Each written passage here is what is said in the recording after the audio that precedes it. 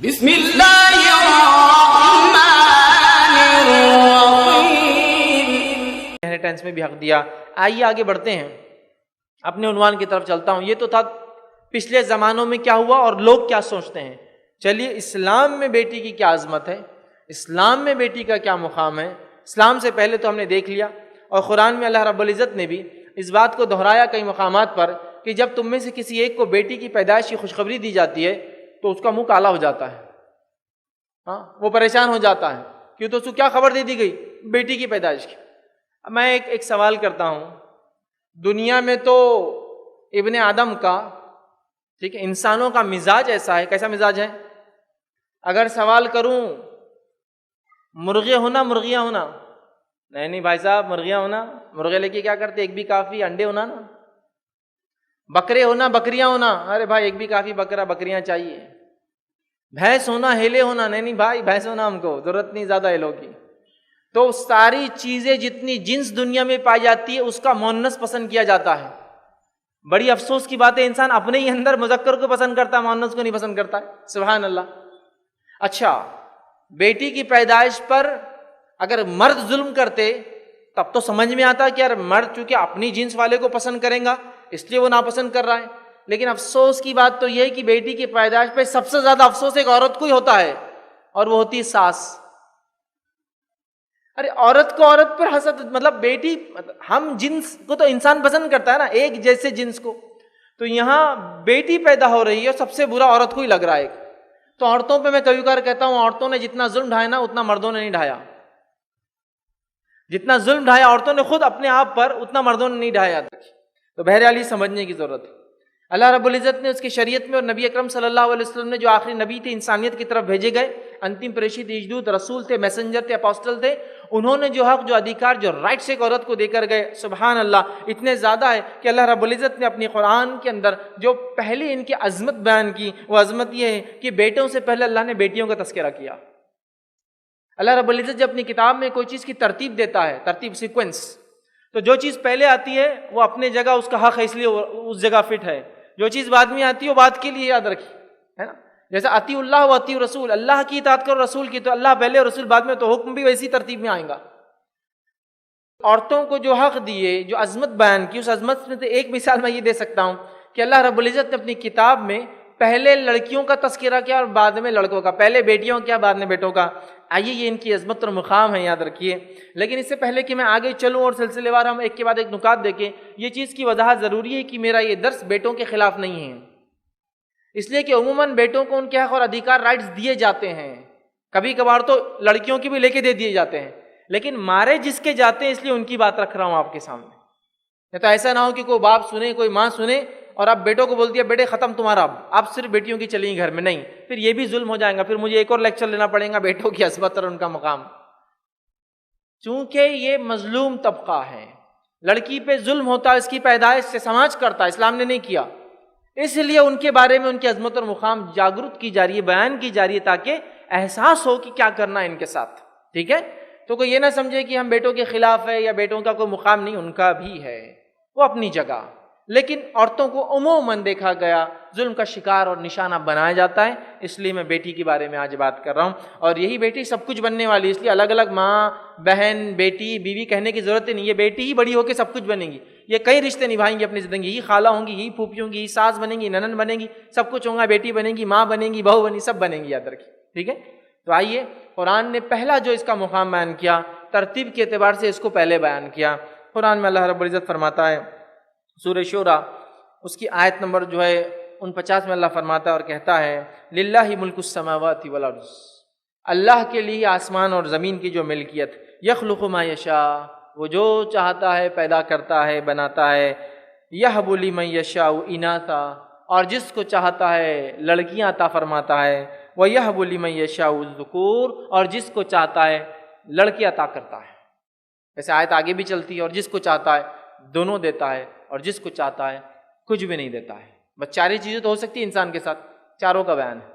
تو یہاں کہا کہ آسمان اور زمین کی ملکیت اللہ کے لیے, جو چاہتا ہے پیدا کرتا ہے, اور جس کو چاہتا ہے, فرسٹ سیکوینس دیکھیے, لڑکیاں عطا فرماتا ہے اور جس کو چاہتا ہے لڑکی عطا فرماتا ہے. تو لہٰذا اللہ رب العزت نے لڑکیوں کا بیان لڑکوں سے پہلے کیا. اس کے تعلق سے ابن قیم الجوزی رحمہ اللہ فرماتے ہیں اپنی تفسیر القیم کے اندر، وہ لکھتے ہیں اور فرماتے ہیں، دیکھیے کتنی پیاری بات وہ لکھتے ہیں، اور وہ فرماتے ہیں جو ہے میرے نزدیک اس کی ایک حکمت یہ ہے کہ اللہ نے جو لڑکیوں کو پہلے بیان کیا لڑکوں کو بعد میں، اس کی ایک حکمت یہ ہے، اور وہ یہ ہے کہ اللہ سبحانہ وتعالیٰ نے بیٹیوں کو مقدم کیا ہے جن کو اہل جہلیت میں مؤخر رکھا جاتا.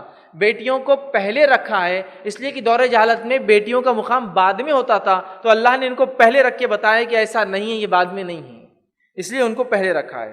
ٹھیک ہے، مؤخر کرتے تھے. گویا کہ یہ بیان کرنا مقصود ہے اللہ کا کہ تمہاری طرف جو تمہاری نظر میں جو بعد میں ہے وہ ہمارے نزدیک پہلے ہے. تمہاری نظر میں لڑکیاں بعد میں ہیں، اللہ کہنا چاہ رہا نہیں ہمارے نزدیک یہ پہلے، اس لیے ان کا بیان پہلے آ رہا ہے.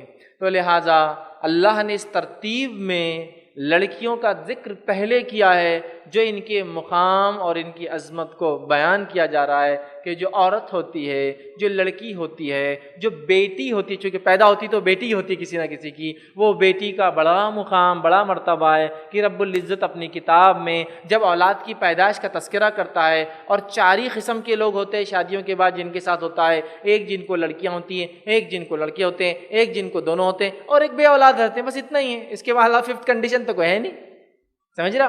تو لہٰذا 4 کنڈیشن بیان کی، تو فرسٹ پریفرنس دیکھیے لڑکیوں کو دیا. تو ہمیں لڑکی کا مقام سمجھنے کی بہت زیادہ جو ہے ضرورت ہے، یاد رکھیے. اسی طرح ہم دیکھتے ہیں جو دوسرا ان کا مقام اور مرتبہ قرآن نے بتایا وہ یہ ہے کہ بیٹی کی پیدائش پر کافروں کی صفت بیان کی کہ وہ افسردہ ہو جاتے ہیں.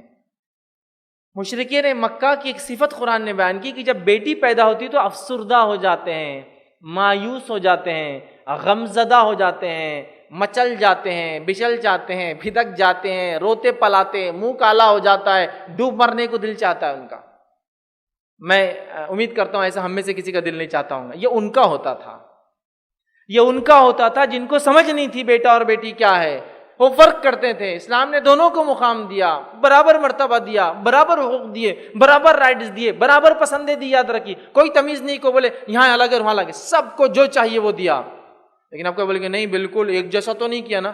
ارے بھائی اسلام کی خصوصیت یہ ہے جس کو جتنی چیز کی ضرورت ہے اتنا دیتا ہے. 100 واٹ کا بلب ہے تو 100 کا کرنٹ دینا، 60 کو 60 کا دینا چاہیے. اننیسری زیادہ کرنا بھی مسئلہ ہوتا ہے، لیکن اوور آل اللہ کے نزدیک دونوں برابر ہے. اوور آل اللہ کے نزدیک دونوں برابر ہے. ہاں کسی فیلڈ میں کوئی آگے، کسی فیلڈ میں کوئی آگے، یہ تو ہوتا ہے، لیکن اوور آل اللہ کے نزدیک دونوں برابر ہے. لیکن کچھ لوگوں کا مزاج کیسا ہوتا ہے معلوم؟ نہیں برابر بولے تو بالکل ایک جیسا. اب چلو ویسا مان بھی لے، چلو بالکل ایک جیسا ہے. اب رات میں گھر میں چور آ گیا تو شوہر بیوی کو اٹھا کے بولیں گا بیوی تم اور میں برابر ہے نا، ہاں چلو اب تم جا کے چور کو بھگاؤ، میں دونوں کو برابر مانتا ہوں. آپ کیا بولیں گے؟ آپ بیگم ذرا پیچھے رہو میں دیکھ کر آتا ہوں، یہ فیلڈ میری ہے، اس کی اپنی ایک فیلڈ ہے، سمجھ رہا. لیکن اوور آل دونوں کا مقام اللہ کے نزدیک برابر، اس بات کو جان لیں. لیکن مشرکین مکہ چونکہ فرق کرتے، اس کو بری چیز سمجھتے، تو ان کی ایک صفت کیا تھی ان کافروں کی، انکار کرنے والے لوگوں کی، کہ وہ بڑے مایوس ہو جاتے، رنجیدہ اور غمزدہ ہو جاتے. اور اللہ رب العزت نے اس کیفیت کا تذکرہ قرآن میں کیا ہے. میں امید کرتا ہوں کسی مسلمان کی یہ کیفیت نہیں ہوتی ہوں گی بیٹی پیدا ہونے پر. ٹھیک ہے، کیا کیفیت ہے سنیے. اللہ فرماتا سورہ نحل سورہ نمبر 16 آیت نمبر 58 and 59 58 اور 59 میں فرماتا اور کہتا ہے وَإِذَا بُشِّرَ أَحَدُهُمْ بِالْأُنثَىٰ ظَلَّ وَجْهُهُ. اللہ فرماتا ہے جب ان میں سے کسی ایک کو بشارت اور خوشخبری دی جاتی لڑکی کی، تو لڑکی کی پیدائش منحوس بری نہیں ہے، قرآن کہہ رہا ہے خوشخبری، بشارت ہے یہ. تو جب ان میں سے کسی ایک کو خوشخبری دی جاتی ہے بیٹی کی پیدائش کی، تو اللہ فرماتا اور کہتا ہے کہ خوشخبری دی جائے تو اس کا چہرہ سیاہ پڑ جاتا ہے، اس کا چہرہ کالا ہو جاتا ہے. کالا کیوں ہوتا ہے آپ کو معلوم ہے نا؟ ایک دم آپ کو غم بھری خبر دی تو کیسا ہوتا ہے؟ ایک دم جھٹکے سے. غصہ ہے تو کیسا لال ہو جاتے ہیں نا، تو غم میں کالے ہو جاتے ہیں. تو یہ لوگ جب ان کو بیٹی کی پیدائش کی خوشخبری دی جاتی ہے چہرہ کالا پڑ جاتا ہے، اداس ہو جاتا ہے. پھر اللہ نے فرمایا تو اس کا چہرہ سیاہ ہو جاتا ہے اور وہ غم سے بھرا ہوا ہوتا ہے. اب غم سے وہ قزیم، بہت غم بھر جاتا ہے بیچارے کو، غمگین ہو اٹھتا ہے یہ، کیونکہ وہ اس کو بوجھ سمجھتا ہے، کیونکہ وہ اس کو کمزور سمجھتا ہے، کیوں تو اس کو پسند اور ناپسند کو وہ بالکل وہ نہیں دیتا ہے، کیوں تو اس کی پیدائش کو بیکار سمجھتا ہے، کمزور جنس سمجھتا ہے، ایک جس کو کہیں گے ویک سیکشن سمجھتا ہے، لہٰذا وہ بولتا بیکار کی چیزیں مجھے کیا چاہیے تھی، تو اس کا چہرہ کالا ہو جاتا ہے، وہ غم زدہ ہو جاتا ہے۔ پھر آگے اللہ نے فرمایا، ٹھیک ہے، اسے دی گئی بشارت کی وجہ سے لوگوں سے چھپتا پھرتا ہے۔ جب اسے خوشخبری دیتے بیٹی ہوئی تو لوگوں سے منہ چھپاتا پھرتا ہے نا۔ آپ سمجھو کسی کو بیٹا ہو گیا بولے تو کیسا جاتا، ارے بیٹا ہو گیا اپنے کو، واٹس ایپ بیٹا، ٹھیک ہے فلاں بیٹا۔ اب بیٹی ہو گئی تو پوچھ بھی رہا کیا ہوا تو بھی جواب نہیں دے رہا ہو، تو منہ چھپاتا۔ اس زمانے میں اب یہ نہیں تھا تو منہ چھپاتا پھر رہا تھا، تو اللہ فرما رہا ہے وہ منہ چھپاتا پھرتا ہے۔ آیا ذلت کے باوجود اس کو رکھ لے یا مٹی کے نیچے ٹھوس دے، اور دل میں سوچتا ہے کہ ذلت تو بڑی ہوئی بیٹی کی پیدائش سے، کیا کروں، رکھوں یا دفنا دوں، رکھوں یا گاڑ دو اس کو۔ اس زمانے میں یہ ہوتا تھا، یہ سوچ رہا ہے وہ۔ پھر اللہ فرماتا ہے آگاہ رہو کہ ان کا فیصلہ بڑا برا ہے، سن لو یہ جو بیٹیوں کے بارے میں سوچتے تھے ان کو زندہ مار دیتے تھے، بہت برا کام کرتے تھے۔ اب آج تو ماڈرن ٹیکنالوجی ہے تو پہلے ہی نکال دے رہے، ابورٹ کر دے رہے، لیکن وہ پیدا ہونے کی بات کرتے تھے۔ تو یہ کافروں کی صفت ہے بیٹیوں کی پیدائش میں منہ کالا ہونا، مومنوں کی صفت نہیں، یاد رکھیے۔ وہ تو خوشخبری سن کے خوش ہوتے ہیں، بشارت ہے۔ اچھا، لڑکی کی پیدائش پہ یہ لفظ نہیں ہے قرآن میں کہیں بھی کہ کسی کو بشارت دی جاتی ہے، خوشخبری۔ تو دیکھیے لڑکی کا مقام اور مرتبہ دیکھیے، اور کافروں کے منہ سیاہ ہوتے ہیں، مومن تو اس کو بشارت لیتے ہیں، خوشخبری لیتے، کیوں نہ ہو اس کے فضائل، اس کی عظمت، اس کا مقام ہی ایسا ہے۔ ابھی آگے آئیں گا انشاءاللہ، کے بعد ایک حوالہ رکھوں گا جب بات سمجھ میں آئیں گی، ٹھیک ہے۔ تو بیٹی کی پیدائش پہ ان کا چہرہ کالا ہو جاتا ہے، یاد رکھیے، ٹھیک ہے۔ بیٹیوں کی پیدائش پر خفا ہونا یہ جاہلانہ رسم ہے، یاد رکھیے۔ بیٹیوں کی پیدائش پہ خفا ہونا یہ جاہلانہ رسم ہے، عادت ہے، یاد رکھیے۔ اور اللہ تعالیٰ نے اپنے اس کلام میں، قرآن میں مذمت کی اس کی، کہا کہ ان کا چہرہ کالا ہو جاتا ہے، غم سے بھر جاتے ہیں، یہ بالکل غلط ہے۔ امام احمد بن حنبل رحمہ اللہ جب کسی کو بیٹی کی خبر سنتے کہ اس کو بیٹی پیدا ہوئی ہے تو یہ کہا کرتے تھے اور فرماتے تھے انبیاء علیہ الصلوۃ والسلام بیٹیوں کے باپ تھے۔ سنتے کسی کے پاس کی بیٹی ہوئی ہے تو اس کو کیا بولتے، گھبرانا مت، غم مت کرنا، انبیاء بیٹیوں کے باپ تھے۔ انبیاء علیہ الصلوۃ والسلام بیٹیوں کے باپ تھے، اور کیوں نہ ہو، رسول اللہ صلی اللہ علیہ وسلم کو آپ دیکھیے بیٹیاں تھیں 4 ہے نا۔ تو انبیاء علیہ الصلوۃ والسلام بیٹیوں کے باپ تھے، تو اللہ نے تجھے تو وہی عطا کیا جو اپنے نبیوں کو بھی عطا کیا، اور نبیوں کو اللہ کوئی زحمت عطا نہیں کر سکتا، وہ نعمت تھی بیٹیاں، تو سمجھنے کی ضرورت ہے۔ تو وہ خوشخبری دیتے تھے اور پھر فرمایا کرتے تھے بے شک بیٹیوں کے متعلق جو کچھ قرآن و سنت میں آیا ہے وہ تجھے معلوم ہے نا، مطلب قرآن و سنت میں بیٹیوں کا جو مقام ہے تجھے معلوم ہی ہے نا۔ انبیاء جو ہے بیٹیوں کے والد ہوا کرتے تھے، اور قرآن و سنت میں ان کے بارے میں جو کچھ آئے تو جانتا ہے، مطلب غم مت کر، برا مت مان، یہ مت سوچ کہ وارث تو نہیں ہوا میرے کو پیدا، یہ مت سوچ کہ میرا کام کون آگے لے کے بڑھیں گا۔ ارے تجھے بشارت دی گئی، بیٹی دی گئی، یاد رکھیے یہ انبیاؤں کو عطا کی گئی نعمتیں، اور تو جانتا ہے قرآن و سنت میں ان کے بارے میں کیا باتیں آئی، یاد رکھیے۔ اسی طرح جو ہے بیٹی اور بیٹے دونوں کی پیدائش پر آپ اگر دینا چاہتے ہیں مبارکباد تو دونوں کی دے یا دونوں کی نہ دیں، اس لیے کہ یہ بھی ناانصافی ہوں گی کہ بیٹی پیدا ہو تو مبارکباد نہ دی جائے اور بیٹا ہو تو دیا جائے، چونکہ مشرکین مکہ غم میں ڈوب جاتے تھے، ہم تو غم نہیں کرتے ہیں، لہٰذا اگر ہم کو کسی کی خبر آئے بیٹی ہو یا بیٹا ہو دونوں پر مبارکباد دے یا پھر دونوں پہ نہ دے۔ یہ تو ناانصافی ہوں گی کہ ایک انسان بیٹی کی پیدائش مبارکباد نہ دے اور بیٹے کی دے۔ دور جہالت میں آپ کو پتا ہے مشرکین مکہ بیٹوں کی پیدائش مبارکباد دیتے اور بیٹی کی موت پہ مبارکباد دیا کرتے تھے، معلوم، جب مر جاتی تو بولتے بہت اچھا مبارک ہو تم، اور بیٹوں کی پیدائش میں مبارکباد دیتے تھے۔ یہ بھی ظلم ہوگا کہ اب آپ دونوں میں تمیز کریں، دونوں کی پیدائش پہ مجھے خبر آئی کسی کی بیٹی یا بیٹے کی، دونوں کی دے یا تو مت دے۔ یہ نہیں کہ بیٹا ہو تو آپ بھی کرو، ہو میرے بھائی کو بیٹا ہوا مبارکباد دوں گا، میری بہن کو بیٹا ہوا، ارے بیٹی ہو گئی کہ آپ جان دو، چھوڑو، نہیں دونوں کو دیں۔ بلکہ میں تو اپنے الفاظ میں یہ بھی کہتا ہوں بہت سی بار، دونوں کی پیدائش پہ مٹھائی بھی ایک جیسی ہونا چاہیے، ہلکی اور مہنگی مٹھائی سے آپ ڈیفرینشیٹ نہیں کر سکتے بیٹا اور بیٹی کے اندر، یہ تمیز آپ بچپن سے نہیں کر سکتے ان کی پیدائش پہ کہ بیٹا پیدا ہوا تو مہنگے قسم کے لڈو اچھے اچھے پیڑے بانٹے جائے اور بیٹی بھی تو بندی جلیبی بھیج دو بنا کے۔ میٹھا تو دونوں میں بھی سمجھتا ہوں، لیکن ایک مہنگا میٹھا ہے اور ایک سستا میٹھا نہیں، یہ فرق اور تمیز نہیں کر سکتے آپ، یہ ناانصافی ہوں گی، اس کی پیدائش سے آپ ناانصافی کر رہے ہیں کہ ایک کے لیے مہنگی مٹھائی اور دوسرے کے لیے سستی والی دے رہے ہیں۔ برابر دیجیے، مبارکباد برابر، خوشی برابر، مٹھائی برابر، جو کچھ کرتے ہیں دونوں کے لیے برابر کیجیے۔ جب شریعت نے فرق نہیں کیا تو تم اور میں کون ہوتے فرق کرنے والے اس کے اندر؟ اس بات کو ہم ذہن نشین کر لے، یاد رکھیں۔ تیسری ان کی فضیلت، عظمت اور مقام بیٹی کا وہ کیا ہے کہ بیٹیوں کو ناپسند کرنے کی ممانعت ہے۔ بیٹیوں کو ناپسند کرنے کی ممانعت ہے، اور بیٹیاں پیار کرنے والیاں ہوتی ہے، ٹھیک ہے، اور بیش قیمتی ہوتی ہے، حدیث سے فرمایا گیا بیٹیاں پیار کرنے والی اور بیش قیمتی ہوتی ہے، اور ان کے تعلق سے یاد رکھیے ناپسند کرنے کی ممانعت آئی ہے کہ ایسا نہ کیا کرو، پسند کیا کرو ان کو۔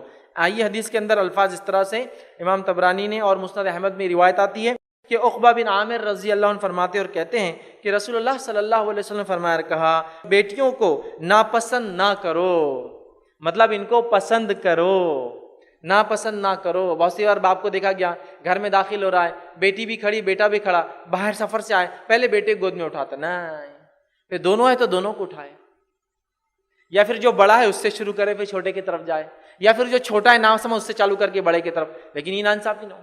نبی اکرم صلی اللہ علیہ وسلم تو یہاں تک دیکھا کہ ایک صحابی کے پاس ایک ان کا بیٹا آیا، انہوں نے اس کو خوب پیار کیا اور ان کی بیٹی کو نہیں کیا، تو آپ نے کہا یہ ناانصافی ہے، دونوں کو کرتا، دونوں کو پیار کرتا، دونوں کو چومتا، ایک کو چوما تم نے صرف لڑکے کو، لڑکی کو بھی کرتے، ٹھیک ہے، تو لہٰذا ان کو ناپسند نہ کرو۔ بہت سے لوگ بولتے نا کیا میں پہلے ہی مصیبت میں ڈوبا تھا اور اللہ نے تجھے دے دیا مجھے، خیر میں تیرے کو کر تو لوں گا تیرا کچھ نہ کچھ بیٹا، لیکن بڑا بوجھ ہے تو میرے لیے۔ اب وہ بیچاری بچپن سے مینٹل ٹارچر میں زندگی گزارتی کہ میں باپ پہ بوجھوں، باپ پہ بوجھوں، باپ پہ بوجھوں، وہ بھی سوچتی بس جہاں دے دے اٹھا کے دے دے بھیا، بس نکل جاؤں اس گھر سے، بوجھ ہوں نا میں سب کے لیے۔ نہیں، کبھی برا مت لگنے دیجیے ان کا، یاد رکھیے ناپسند مت کیجیے ان کو۔ پھر آگے فرمایا کیونکہ یقیناً وہ تو پیار کرنے والیاں اور قیمتی چیز ہے۔ بیٹی کو ناپسند مت کرو کیوں تو یقیناً وہ پیار کرنے والیاں اور بڑی قیمتی چیز ہے، اور اس کی مثال وہی باپ سمجھ سکتا ہے جو بوڑھا ہو چکا ہے، جس کو اگر 10 بچے بھی ہوں گے، لڑکے ہوں گے اور ایک لڑکی ہوں گی نا، وہ 10 بچے سے بازو سوتے ہوں گے، بازو کے روم میں ہوں گے اپنی بیویوں کے ساتھ، باپ بیمار ہے ماں بیمار ہے خیال نہیں ہوں گا، لیکن ملکوں دور سے بیٹی کا فون برابر آتا ہوں گا، ابا کیسے ہے آج، امی آپ کیسے، ملکوں دور سے فون کریں گی برابر، وہ پیار کرنے والیاں ہوتی ہے، ٹھیک ہے۔ اسی طرح بڑی قیمتی چیز ہوتی ہے، اور یہ بات سمجھ ابھی زمانے میں کبھی آدمی نہیں سمجھتا کہ وہ کتنا پیار کرنے والیاں ہوتی ہیں۔ ایک صاحب کو میں نے دیکھا جو بیٹیوں کو سخت ناپسند کرتے تھے، ان کو بیٹیاں اللہ نے بہت دی، بیٹے بھی تھے لیکن بیٹیوں کو شادی بیاہ کرو، سنبھالو ان کو، پالو، پھر دے دو کسی کے حوالے، وہ ناپسند کرتے تھے۔ اب ہوا یہ کہ ایک دن پڑوس میں کسی کا انتقال ہو گیا، اب یہ بڑے حضرت پریشان کہ وہ بوڑھے آدمی کو نہلایا دھلایا کفنایا گیا اور لے جا کے دفنا دیے، کسی ایک کا آنسو بہانے کی بھی خبر نہیں آئی، ہوتا ہے نا تھوڑا رونے کی آواز آتی ہے پڑوس میں، تو انہوں نے پوچھ لیا اپنی بہو سے کہ بہو کیا بات ہے، پڑوس سے وہ جو حضرت مر گئے رونے کی آواز نہیں آئی، تو بہو بھی بڑی ہوشیار تھی اور معلوم ہے حضرت کو بیٹیاں پسند نہیں ہیں، تو اس نے جواب دی پڑوس والوں کو بیٹی نہیں تھی پورے بہویں، اور بہویں روتی نہیں سسر کے مرنے پر، وہ بیٹیاں ہی آنسو بہاتی ہیں، تو بڑے متاثر ہو گئے کہ صحیح بات ہے بیٹیاں ہی روتی ہیں، بیٹے کہاں روتے ہیں، بہویں کہاں روتی ہیں۔ میں یہ نہیں کہہ رہا ہوں بہویں اور بیٹے نہیں روتے، کچھ کرتے ہوں گے، لیکن وہ غم جو بیٹیوں کو ہوتا ہے، وہ جو اور غم کیوں ہوتا ہے، ان کی محبت کی وجہ سے۔ تو آپ سے فرما رہے وہ بہت محبت کرنے والیاں ہوتی ہیں اور قیمتی چیز ہوتی ہے، اور قیمتی چیز کا فائدہ بھی بہت زیادہ ہوتا ہے دنیا میں بھی اور آخرت میں، یہ بات بھی سمجھنے کی ضرورت ہے، سمجھ رہے بات کو؟ تو لہٰذا آپ صلی اللہ علیہ وسلم نے ان کو ناپسند کرنے سے منع کیا۔ پیار کرنے والیاں ہوتی ہے جو دنیا میں ہم دیکھتے بھی ہیں، اور بیش قیمتی ہوتی ہے یہ بیان کیا، اور واقعی میں وہ پیار کرنے والیاں ہوتی ہیں۔ اور کیا مثال دوں، بیٹی سے بڑھ کر مثال دیتا ہوں، ہم میں سے اکثر لوگ دادی کے دلار کو یاد کرتے ہیں اگر دادی گزر گئی ہے تو، اگر زندہ ہے تو دادی بولے تو دادی ہے، پھر چونکہ ماں سے زیادہ خیال دادی کو رہتا، پوتے پاتیوں کا ہوتا ہی نہیں ہوتا۔ بچہ گر گیا تو ماں تو صرف بولتی بیٹے اٹھ جاؤ، دادی کا کیا حال ہوتا ادھر سے، کیسا گرا بہو میرا بچہ اور میری بچی، تو بہو بھی کانپ جاتی ہے، ارے باہ بڑی بھی کو معلوم ہو گیا اب کیا کرتی کہ میرا حال، اس کو اس سے زیادہ پیار ہے۔ تو دادی کا دلار چاہیے ہم سب کو، نانی کا دلار چاہیے ہو، نانی کے پاس تو کیا عزت رہتی بچوں کی، ہے نا، جب چلے جاتے نانی گھر تو پورے بادشاہ بن جاتے بچے، کہ تمہارے داماد کے بچے بول کے ہاتھ نہیں لگاتے، بڑا لاڑ پیار پھولوں کے ساتھ رکھتے ہو۔ تو نانی کا دلار چاہیے، دادی کا پیار چاہیے، خالہ کا پیار چاہیے، پھوپھی کا پیار چاہیے، ماں کا پیار چاہیے، لیکن پیدائش کے بیٹی نہیں چاہیے۔ تو جب یہ پیدا نہیں ہوں گی تو پھر ماں کیسے بنیں گی، پھوپھی کیسا بنیں گی، خالہ کیسا بنیں گی، نانی کیسا بنیں گی، دادی کیسا بنیں گی، بتاؤ؟ یہ پیار تو سب کا ہونا، لیکن پیدا نہیں ہونا اس نے۔ یہی بچی پیدا ہوں گی تو کل دادی بنیں گی، کل ماں بنیں گی، کل بھوبھی بنیں گی، کل خالہ بنیں گی، تو پیار تو سب کا ہونا لیکن پیدا نہیں ہونا اس نے۔ اصول تو دیکھیے آپ، اصول تو دیکھیے، کوئی ایسا انسان ہے جو بولتا نہیں ماں کی محبت تو میرے کو ہونا ہی نہیں، جن کی چلے گئی وہ ترس رہے ہیں کہ مل جائے واپس تو کیا ہی بات ہے نا۔ دادی ہے تو بولے اس کا پیار چاہیے، دادی چلے گا میرا خیال رکھنے والا کوئی نہیں، نانی ہے اس کی اپنی محبت ہے، خالہوں کی اپنی محبت ہے، پھوپھیوں کی اپنی محبت ہے، بھتیجوں کے لیے بھانجوں کی، عجیب ہے، لیکن پیدا نہیں ہونے دیتے۔ یہی بچی تو بڑی ہوگی کسی کی خالہ پھوپھی ہے نا سب کچھ بنیں گی، تو بہرحال سمجھیے اس کو یہ بڑی محبت کرنے والیاں اور یہ جو ہے بڑی قیمتی چیز ہوتی ہے، یاد رکھیے، ٹھیک ہے۔ اسی طرح جو ہے پانچویں چیز ان کی فضیلت میں جو بیان ہوتا ہے، جو ان کا مقام اور درجہ بتاتا ہے اسلام میں، وہ یہ ہے نیک بیٹیوں کا ثواب، اور نیک بیٹیاں اور امید میں بیٹوں سے بہتر ہونا ہے۔ نیک بیٹیاں ثواب اور امید میں بیٹوں سے بہتر ہیں، نیک بیٹیاں ثواب اور امید میں بیٹوں سے بہتر ہے۔ کیسا؟ آئیے سورہ کہف سورہ نمبر 18 آیت نمبر 46 میں اللہ نے فرمایا رکھا، المال والبنون زینۃ الحیات الدنیا والباقیات الصالحات خیر عند ربک ثوابا وخیر عملا۔ اللہ فرماتا ہے، کہتا ہے مال اور بیٹے دنیا کی زندگی کی زینت ہے، پھر فرمایا اور باقیات الصالحات، باقیات صالحات جو ہے آپ کے رب کے یہاں ثواب اور امید میں زیادہ خیر، زیادہ اچھا اور زیادہ بہتر ہے۔ اب یہ باقیات الصالحات کیا ہے، اس معاملے میں مفسرین نے اختلاف کیا ہے، اس کی کئی تفسیریں ہیں، لیکن ان تفسیروں میں ایک تفسیر کیا ہے وہ میں آپ کے سامنے رکھتا ہوں۔ وہ ایک تفسیر یہ ہے جو باقیات الصالحات کے تعلق سے آتی ہے، اور یہ تفسیر جس نے کی ہے وہ امام عبید بن عمیر رحمۃ اللہ علیہ، جو تابعین میں بہت اونچا مقام رکھتے، کبار تابعین میں سے ہے، اور کچھ علماء لکھتے ہیں یہ تابعین کے اماموں سے ایک امام ہیں، مطلب تابعین کے زمانے میں جو بڑے بڑے علماء تھے ان میں سے یہ ایک ہیں۔ وہ اس آیت کی تفسیر کرتے ہیں اور کہتے ہیں، اور ساتھ ساتھ امام قرطبی نے اپنی تفسیر میں بھی اس باقیات الصالحات کی تفسیر یہی کی ہے جو میں آپ کے سامنے رکھ رہا ہوں۔ وہ فرماتے ہیں کیسے، اس آیت کریمہ میں باقیات الصالحات کو ثواب اور امید کے اعتبار سے مال اور بیٹوں سے زیادہ اچھا بتایا گیا ہے۔ اب یہ باقیات الصالحات سے کیا مراد ہے، تو وہ لکھتے اور کہتے ہیں یہاں ان کے مطابق جو ہے امام عبید بن عمیر رحمۃ اللہ کے مطابق ان سے مراد نیک بیٹیاں ہیں، اور امام قرطبی بھی لکھتے ہیں اس سے مراد نیک بیٹیاں ہیں۔ تو نیک بیٹیاں بیٹوں سے اور مال سے زیادہ خیر ہے، نیک بیٹیاں مال اور بیٹوں سے زیادہ خیر ہے۔ تو یہ بھی آیت فضیلت بیان کر رہی ہے بیٹیوں کی۔ آگے بڑھتے ہیں، چھٹا مقام اور فضیلت جو ان کا ہے وہ یہ ہے بیٹیوں کا محسن باپ، ایسا باپ جو بیٹیوں پر احسان کرے۔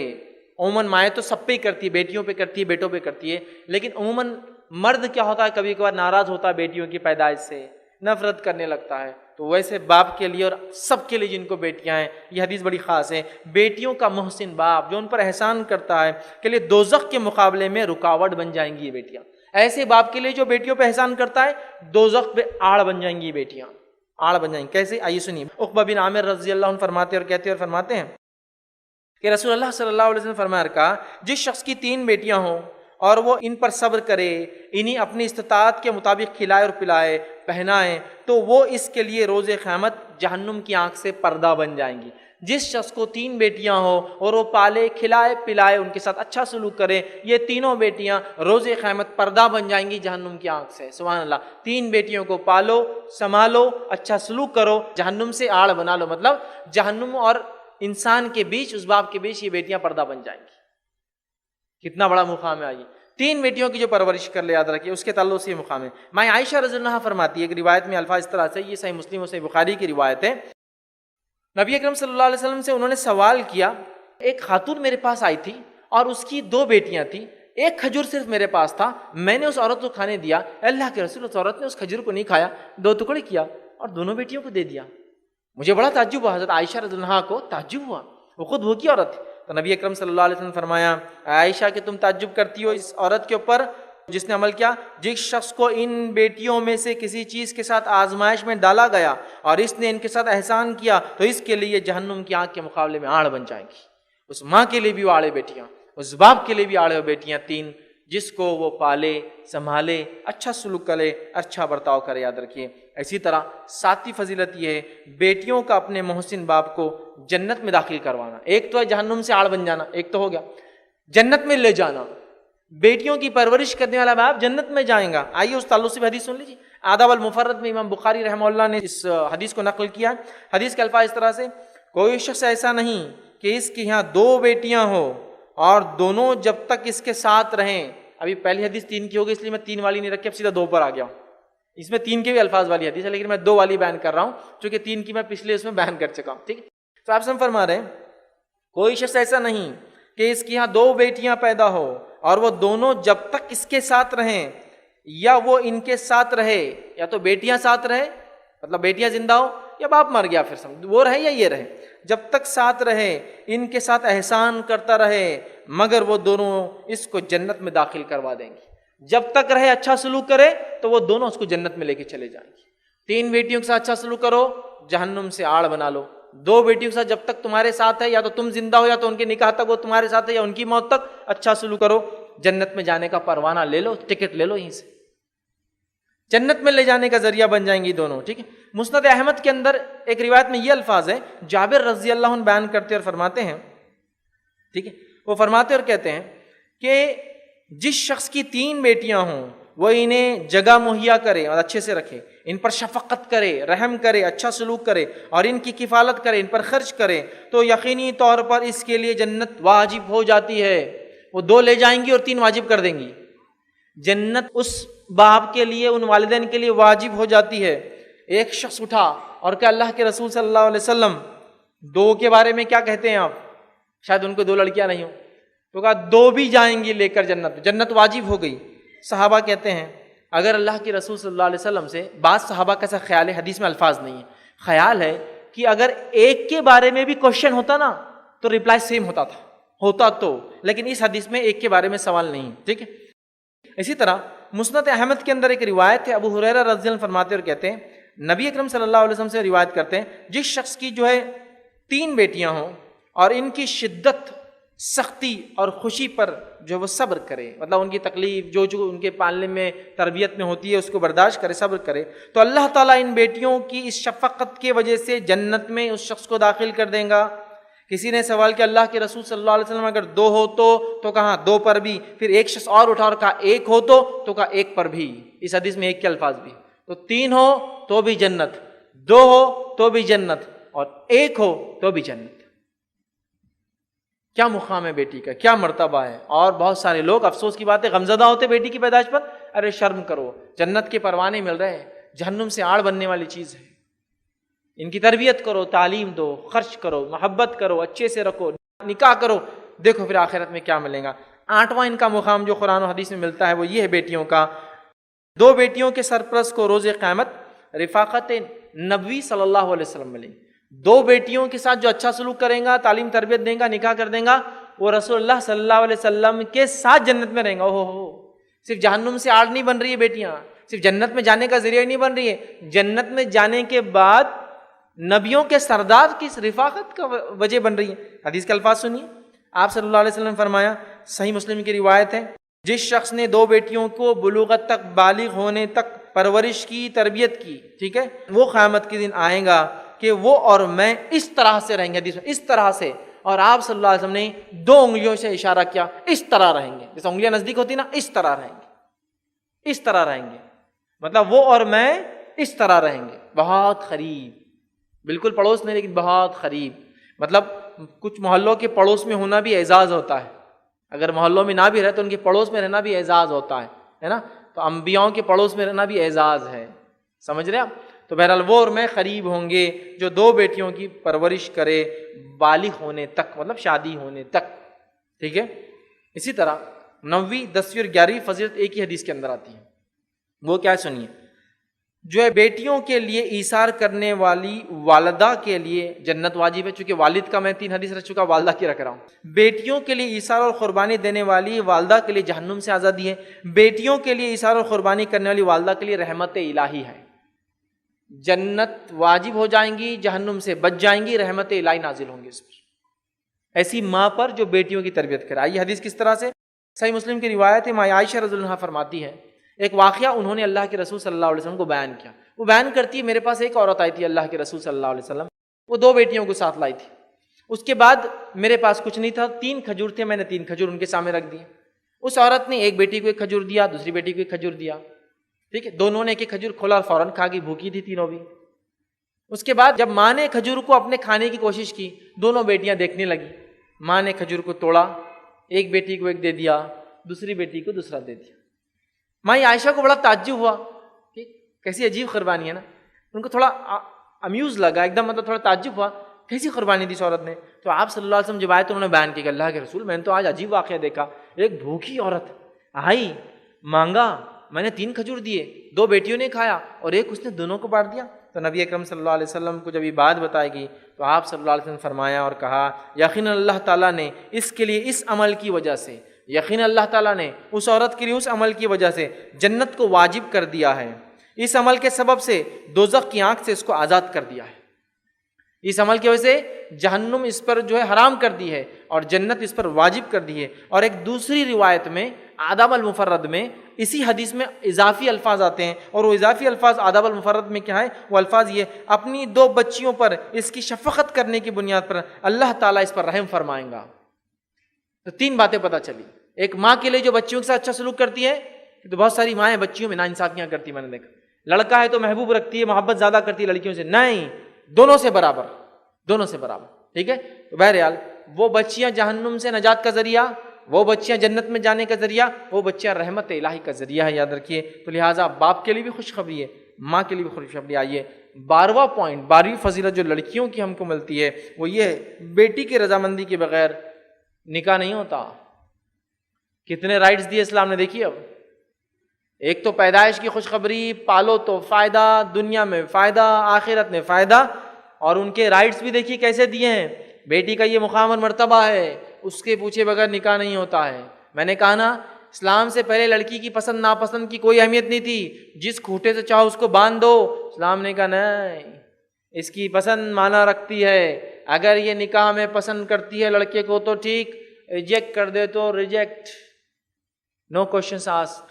سمجھا سکتے ہیں آپ، زبردستی نہیں کر سکتے، منا سکتے ہیں آپ، زبردستی نہیں کر سکتے، سمجھاؤ بجھاؤ، لیکن زبردستی شادی نہیں کر سکتے۔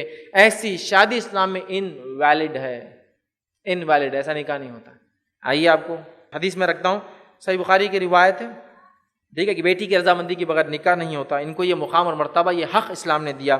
ابو ہریرہ رضی اللہ عنہ فرماتے ہیں کہ ایک خاتون تھی اور ان کا نکاح جو ہے ان کے والد نے کر دیا تھا، اور وہ جو ہے مطلقہ تھی یا بیوہ تھی، ان کا نکاح ان کے والد نے کر دیا، لیکن بغیر اجازت کے کر دیا، بغیر ان سے پوچھے کر دیا۔ تو نبی اکرم صلی اللہ علیہ وسلم نے فرمایا بیوہ کا نکاح اس کے حکم کے بغیر نہ کیا جائے، اور دوشیزہ کا نکاح اس کی اجازت کے بغیر نہ کیا جائے۔ بیوہ کا جو ہے نکاح اس کی اجازت کے بغیر نہ کیا جائے، اور دوشیزہ مطلب جو کنواری لڑکی ہے اس کا نکاح بھی بغیر اس سے پوچھے نہ کیا جائے۔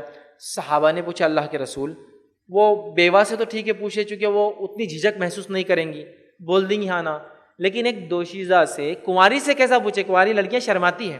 تو آپ صلی اللہ علیہ وسلم نے فرمایا کنواری لڑکی کی خاموشی اس کی ہاں ہے، کنواری لڑکی کی خاموشی اس کی ہاں ہے، لیکن بیوہ کو بولنا پڑے گا ہاں یا نہ، اس کی خاموشی نہیں چلیں گی۔ لیکن کنواری لڑکی کو ہاں بولنے کی ضرورت نہیں ہے، لیکن نہ بولنا پڑے گا اس کو۔ اگر وہ خاموش رہے تو اس کا معنی ہوتا ہے ہاں، لیکن نہ ہے تو وہ کہے نہیں مجھے پسند نہیں، ٹھیک ہے۔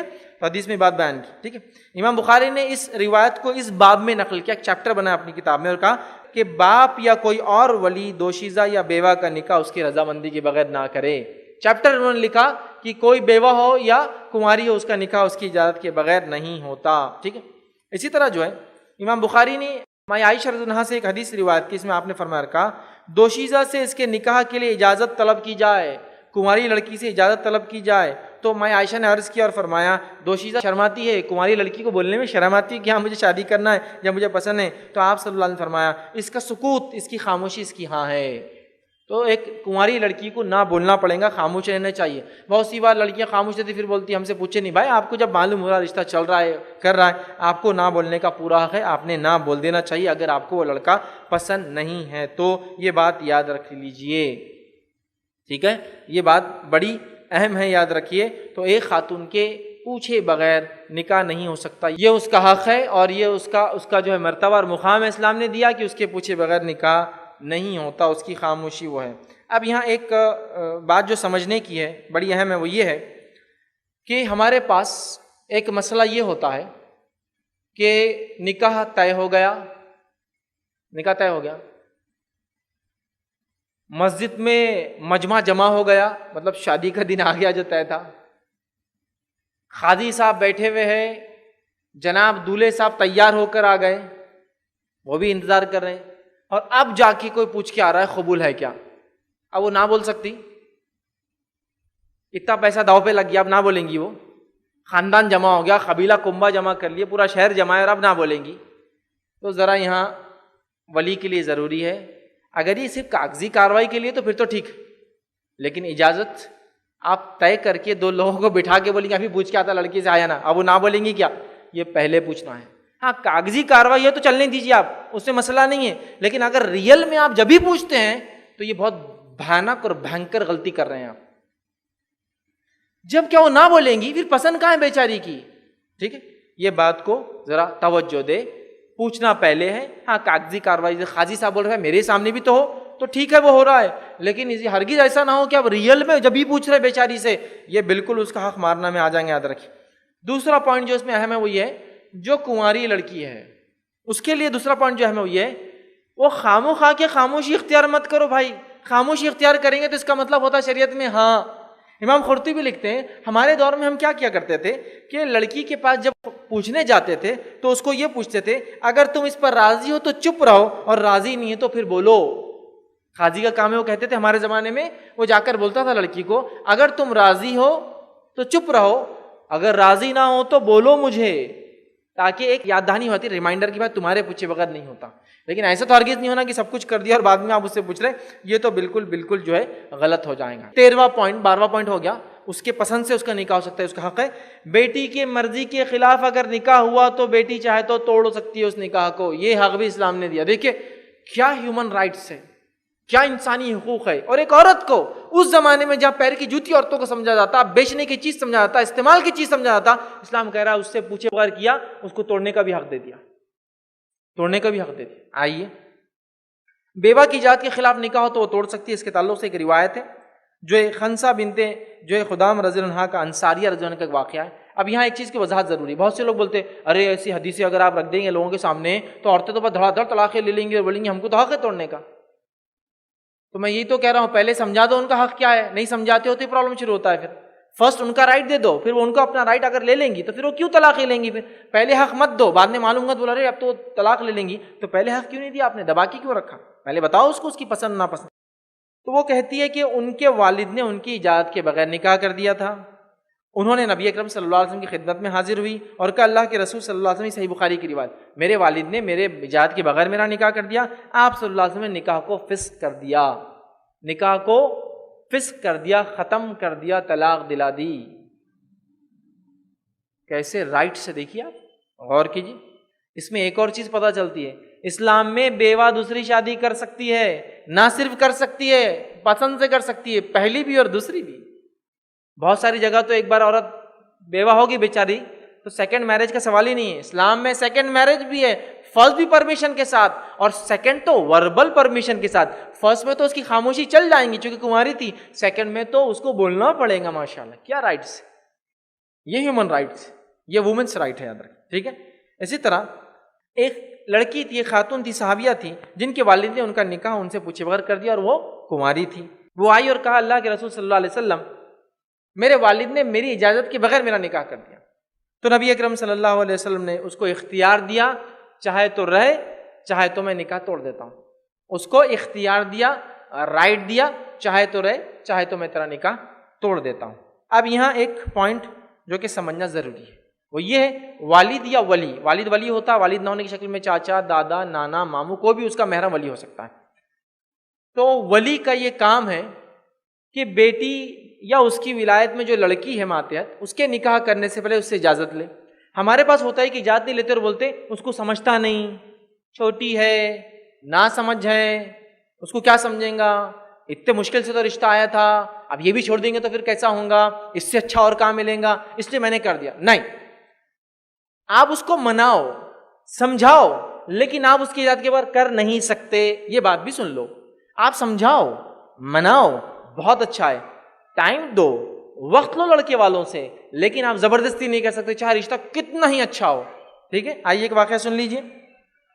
واقعہ ہے عبداللہ ابن عمر رضی اللہ عنہ کا. عبداللہ بن عمر رضی اللہ عنہ کیا مقام رکھتے ہیں صحابہ میں، آپ سب جانتے ہیں. یہ صحابہ کے مفتیوں میں سے ایک مفتی ہے. صحابہ کرام میں جو 10 بڑے بڑے صحابہ تھے جن کو مفتی مانا جاتا ہے ان کے دور کا، ان میں سے یہ بھی ایک ہے. کئی بڑے بڑے فقہ انہی سے چلتے ہیں، انہی کی رائے کو لیا جاتا ہے نا. بہت بڑے فقیہ، فقیہ الامت کا لقب رکھتے ہیں. انہوں نے خاتون کو رشتہ بھیجا جن کے والد کا انتقال ہو چکا تھا اور ان کے چچا کی کفالت میں تھی. چچا نے کہا عبداللہ ابن عمر سے زیادہ کیا اچھا آئیں گا، نکاح کر دیا۔ بھتیجی کو بڑی ناراضگی ہوئی، اس نے اپنی والدہ سے کہا کہ چچا جو میرے ولی ہے انہوں نے اس طرح سے میرا نکاح کر دیا اور مجھے نہیں کرنا تھا عبداللہ سے۔ تو ان کی والدہ نے جو ہے یہ بات نبی اکرم صلی اللہ علیہ وسلم کو بتائی، یاد رکھیے، اور ان کا نکاح توڑ دیا گیا۔ اب بتائیے عبداللہ بن عمر رضی اللہ عنہ سے بھی زیادہ اچھا رشتہ آ سکتا ہے کیا؟ لیکن لڑکی کو پسند نہیں ہے، ولی نے چاہیے تھا کہ سمجھائے، ولی نے سمجھایا نہیں اور خود سے ڈیسیجن لے لیا، ڈیسیجن نہیں مانا گیا۔ تو میں کیا کہہ رہا ہوں، میں جانتا ہوں لڑکیوں کو سمجھ نہیں ہے، ماحول میں کیا چل رہا وہ نہیں سمجھتی ہے، لیکن آپ زبردستی مت کیجیے، سمجھائیے، منائیے، بجھائیے، ایکسپلین کیجیے، وہ سب کر سکتے آپ، بٹ زبردستی نہیں، زبردستی نہیں، یہ غلط ہوگا، ٹھیک ہے؟ چلیے آگے بڑھتے ہیں۔ زبردستی نہیں ہوں گی، ایکسپلین آپ کر سکتے ہیں۔ یہاں ایک اور وضاحت ضروری ہے، وہ وضاحت کیا ہے؟ لڑکی بھی یہ سن لے کہ بغیر والد کی اجازت کے وہ بھی نکاح نہیں کر سکتی ہے، یہ دو طرفہ معاملہ ہے۔ لڑکی کی اجازت کے بغیر بھی نکاح ہوتا اور ولی کے بھی نہیں ہوتا، یہ بات بھی یاد رکھ لیں۔ نبی اکرم صلی اللہ علیہ وسلم فرماتے ہیں، حدیث کے الفاظ اس طرح سے ہے، یہ جو مسند احمد کی روایت ہے کہ لا نکاح الا بولی، اس کا نکاح نہیں جس میں ولی نہیں، ولی کے بغیر بھی نکاح نہیں۔ تو پتہ چلا باپ بھی راضی ہو یا ولی بھی راضی ہو اور لڑکی بھی راضی ہو بیٹی بھی راضی ہو، دونوں کی رضامندی کے ساتھ میوچل انڈرسٹینڈنگ سے باپ یہ کہہ سکتا ہے دیکھو یہ لڑکا اچھا ہے، اچھا ہے بول رہا مطلب وہ راضی ہے، تم کیا کہتی ہو بیٹا، سمجھو، وقت لو، سمے لو، اپنا آرام سے سوچو، ڈیسیجن لو۔ پھر بیٹی کہہ رہی ہے اچھا ٹھیک ہے والد صاحب نے جو سمجھایا مجھے سمجھ میں آیا، میں چاہتی ہوں ٹھیک ہے، یا کہتے نہیں مجھے سمجھ میں نہیں آ رہا میں نہیں چاہتی ہوں۔ پھر ہاں والد کہہ سکتا بہت اچھا رشتہ ہے بیٹے، چلو اور انتظار کریں گے، تھوڑے دن اور رک کے جواب دیں گے، یہ ہو سکتا ہے، لیکن مجھے اچھا لگ رہا تم کو کرنا ہوگا، تم کو کون اختیار دیا پسند ناپسند کا، مت کیجیے۔ اس کے بعد ہوتا کیا ہے، زبردست شادی ہوتی زندگی بھر کشمکش کشمکش کشمکش، ایسا نہیں ہونا چاہیے۔ تو دو طرفہ معاملہ ہے۔ 14 پوائنٹ 14 پوائنٹ جو عورت لڑکی کا مقام عظمت اسلام میں بتاتی ہے وہ یہ ہے کہ اگر تحفہ دے باپ یا ماں اپنے بچوں کو تو لڑکا اور لڑکی، بیٹا اور بیٹی دونوں کو برابر دینا ضروری ہے۔ اپنے لال کو آپ جتنا پیار کر کے تحفہ دیتے ہیں تو اپنی جو ہے بیٹی کو بھی اتنا ہی پیار کر کے اس کو بھی برابر تحفہ دینا ہوگا۔ واقعہ اس طرح سے آتا ہے کہ نعمان بن بشیر رضی اللہ عنہ کی جو ہے والدہ کو ایک بات پتہ چلی کہ نعمان کے والد بشیر رضی اللہ عنہ نے نعمان کو ایک غلام تحفے میں دیا۔ اب ان کی والدہ کافی ہوشیار خاتون تھی، انہوں نے فوراً کہا کہ اللہ کے رسول صلی اللہ علیہ وسلم کو اس پر گواہ بنا دو، وٹنس بنا دو، مطلب یہ صحیح ہو رہا ہے نہیں ہو رہا ہے۔ اللہ کے رسول صلی اللہ علیہ وسلم کے بعد بشیر رضی اللہ عنہ کہ اللہ کے رسول میں اپنے بیٹے نعمان کو تحفے میں غلام دے رہا ہوں۔ تو آپ صلی اللہ علیہ وسلم نے فرمایا کیا تجھے ایک ہی لڑکا ہے یا ایک ہی اولاد ہے؟ تو کہا نہیں اور بھی ہے۔ کہا کیا تو سب کو دے رہا ہے؟ تو کہا نہیں۔ تو کہا پھر میں اس معاملے پہ گواہ نہیں بن سکتا، اور ایک روایت میں فرمایا میں ظلم کے معاملے میں گواہ نہیں بنتا۔ تو پتہ چلا ایک سے زیادہ اگر اولاد ہے، لڑکا ہو یا لڑکی ہو، تحفہ سب کو برابر دینا ہے۔ اگر آپ گفٹ دیتے ہیں تو گفٹ دونوں کو برابر ہوگا، نا انصافی نہیں کر سکتے، چاہے وہ چھوٹا سا چاکلیٹ ہی کیوں نہیں لا کے دیتے ہو، دونوں کو آپ دیجیے، دونوں کو دیجیے، ٹھیک ہے؟ یا سب کو دیجیے جتنے بچے، یہ ضروری ہے۔